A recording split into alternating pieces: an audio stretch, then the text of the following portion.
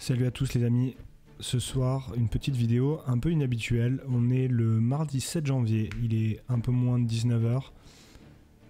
Alors c'est une vidéo assez différente, comme vous voyez là j'ai mis en fond les images de l'arrivée de François Daen en 2007 à l'UTMB, sa victoire historique sur ce qui reste à ce jour certainement le plus grand ultra trail de l'histoire tout simplement, le plus gros plateau avec Kilian, avec Jim et tous les autres. On vient d'apprendre ce soir que François Daen justement participera à l'UTMB 2020. C'était un petit peu dans les plans, on savait un petit peu, il y avait des rumeurs en tout cas à ce propos. Jim, dès le premier jour des inscriptions de l'UTMB, avait annoncé qu'il participerait, mais on attendait avec impatience de savoir si les autres stars de la discipline seraient présentes. Ce sera bien le cas. Aujourd'hui, donc le 7 janvier 2020, à la fois Jim, à la fois Pau Capel, vainqueur l'an dernier de façon impressionnante, Xavier Thévenard, François Daen, ils seront tous là. Il manquera Kilian, qui ne pourra pas participer cette année à cause du fait qu'il n'a pas les points, tout simplement. C'est une raison qui paraît bête, mais c'est comme ça. Je voulais faire cette petite vidéo alors que je vous mets toujours ces images en fond de son arrivée.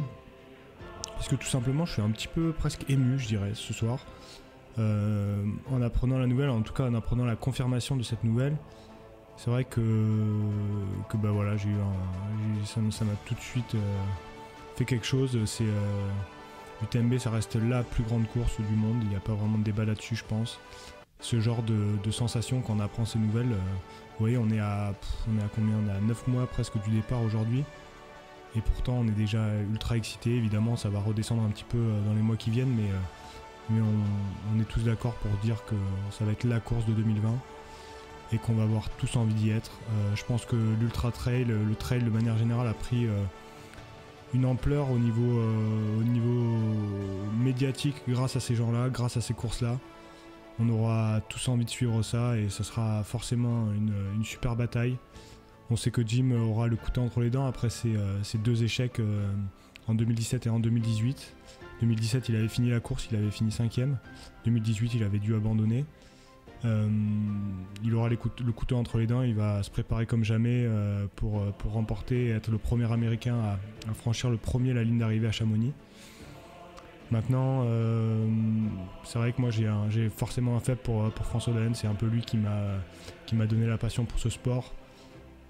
C'est celui qui m'inspire le plus aujourd'hui, si on accepte Kilian qui est un peu hors catégorie parce que bon lui il fait pas que du trail, mais c'est vrai que François voilà, ça reste un modèle et franchement je suis ultra excité à l'idée de suivre cette course. Pour ma part je serai a priori sur la TDS, donc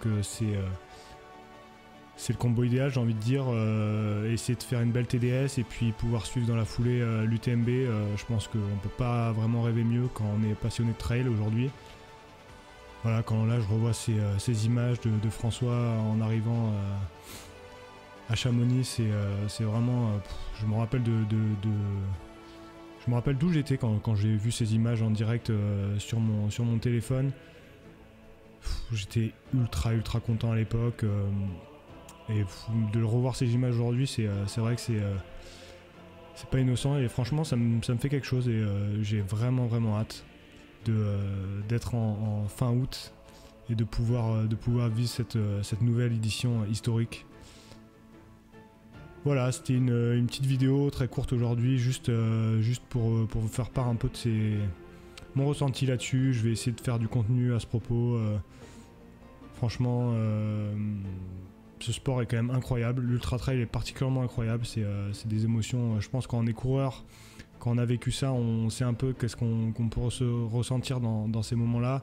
Eux c'est vrai qu'à leur niveau, ces grands champions, c'est un peu différent parce que bon, ils sont tout le temps à bloc, et puis ils sont à des niveaux tellement stratosphériques que c'est absolument pas comparable évidemment, mais voilà, c'est juste des gens qui nous font rêver, qui nous donnent envie tous les jours de mettre des baskets et d'aller courir. J'avais envie de faire cette petite vidéo à chaud, juste pour vous partager mes émotions. Je pense que vous comprenez que je suis assez ému, assez excité, et on va encore vivre une année 2020 incroyable. il devait avoir une autre vidéo qui devait sortir un petit peu avant celle-ci sur mon calendrier 2020. Du coup, je vais la repousser un petit peu, ça va me laisser un petit peu de temps pour faire le montage. Voilà, on se retrouve très vite évidemment pour de nouvelles aventures, de nouvelles vidéos, beaucoup de contenu, encore plus en 2020. Alors qu'on voit là à l'instant l'arrivée de Kylian dans les rues de Chamonix. Waouh, quel champion. Entre la Hard Rock et l'UTMB, finalement la Hard Rock va passer presque en second plan alors que ça devait être aussi une édition historique. Mais là, quand on voit l'UTMB, qu'est-ce que ça va être? Ça va être juste du délire. C'est dommage que le roi Kylian ne puisse pas être là, parce que je pense que bon, clairement, s'il se prépare comme il faut, il aurait été juste imbattable. Même Jim, même François.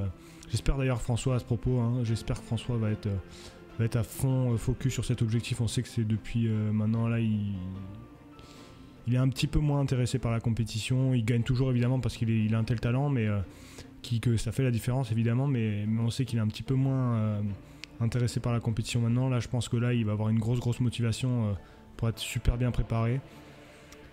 Donc voilà, ça va être une super bataille et j'ai hâte que ça commence. Allez, ciao à tous.